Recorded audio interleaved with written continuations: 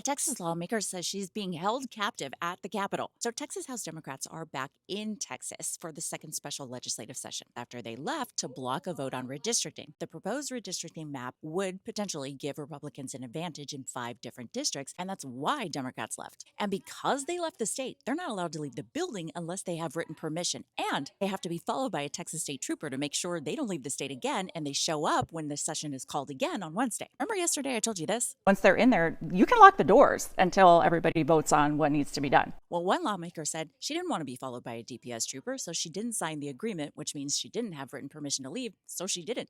6:17 a.m.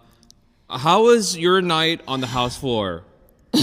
It's cold. It's real cold. Nicole Collier spent the entire night in the Capitol, and she has to stay there until the session is called again on Wednesday. You might be asking, is that legal? Yes, it is. In certain circumstances, Texas law does allow for lawmakers to be locked in the building, especially if they're breaking quorum, which Texas House Democrats did. The Texas Speaker of the House issued civil arrest warrants for the Texas Democrats, but because they were out of state, that was unenforceable. But now that they're in Texas state lines, it is. Hope that helps. I'm Lena, your news anchor bestie. You can follow me if you care about this stuff.